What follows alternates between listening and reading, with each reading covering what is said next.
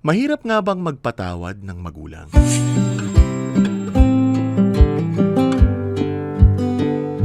Dear MOR, hello at magandang araw sa lahat ng nakatutok ngayon.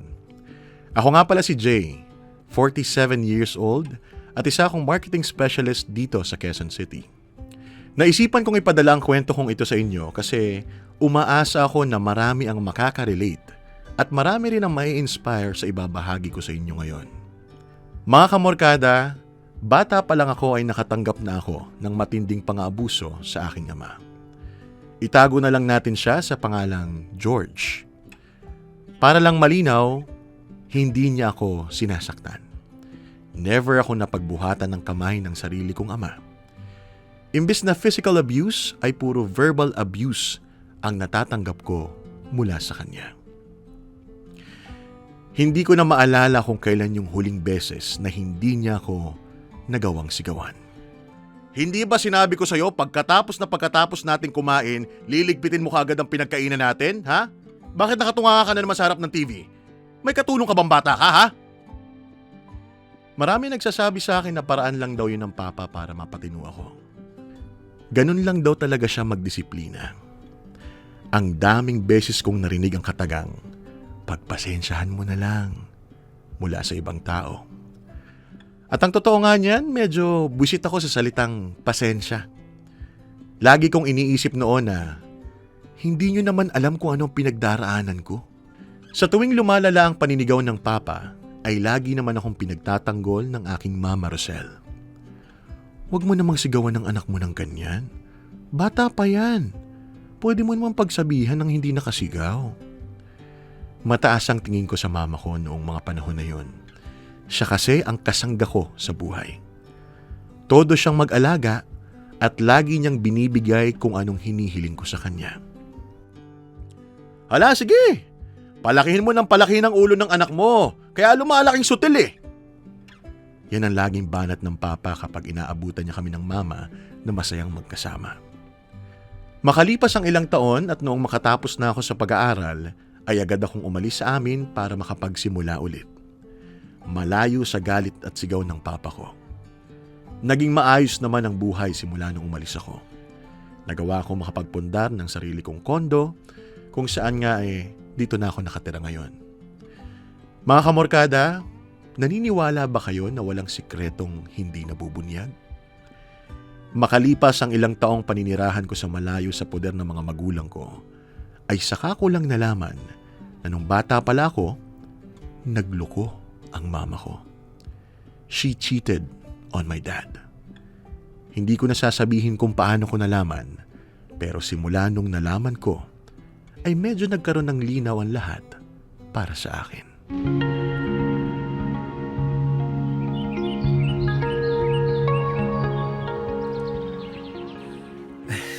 Kamusta ka, ma?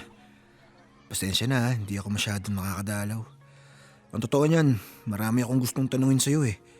Marami akong gustong malaman mula sa'yo. Ewan ko ba, ma? Kahit anong ginawa mo nun, hindi ko magagawang magalit sa'yo. Kahit alam ko marami kang nagawang kasalanan, wala eh. Ikaw pa rin kasi ang tanging tagapagtanggol ko. Pero ma, sorry ha. Hindi ko na rin kayang magalit kay Papa. Pagkatapos ng lahat ng nangyari, naiintindihan ko siya eh. Ay ma, sana nandito ka. Sana makita mo kami ni Papa. I love you ma, I miss you.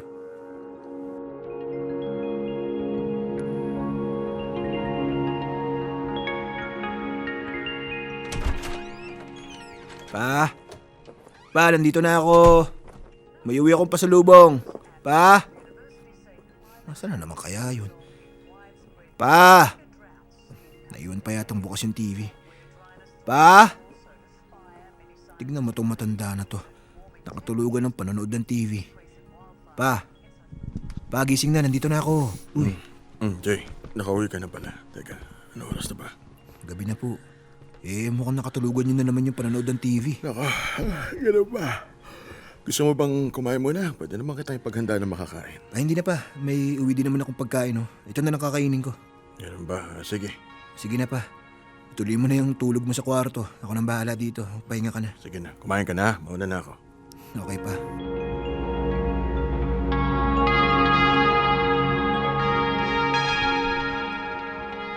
Mga kamorkada, hindi naman kasi talaga pala sigaw ang papa ko noon. Ang totoo nga niyan napakabuti niya sa akin. Bigla na lang siyang nagbago. Literal na nagbagong ugali niya overnight. Dati iniisip ko na lang na dahil siguro sa pag-iinom-inom niya kaya siya nagbago. Nagkamali ako. Naging bitter na tao ang papa simula nung nalaman niyang nagawa siyang lokohin ng taong pinakamamahal niya. Dahil nga hindi siya nananakit ng physical, ay dinadaan niya sa paninigawang sakit na nararamdaman niya noon. Napagbuntunan lang talaga ako ng galit na bumabalot sa puso niya. Mga kamorkada, sa ngayon ay matanda na ang aking papa. Matagal na ring yumao ang aking mama. Nagawa ko namang patawarin ng mama sa nagawa niyang kasalanan noon bago siya tuluyang mamaalam. Ngayon, nais ko sanang muling makipag-ayos sa aking umiidad na papa.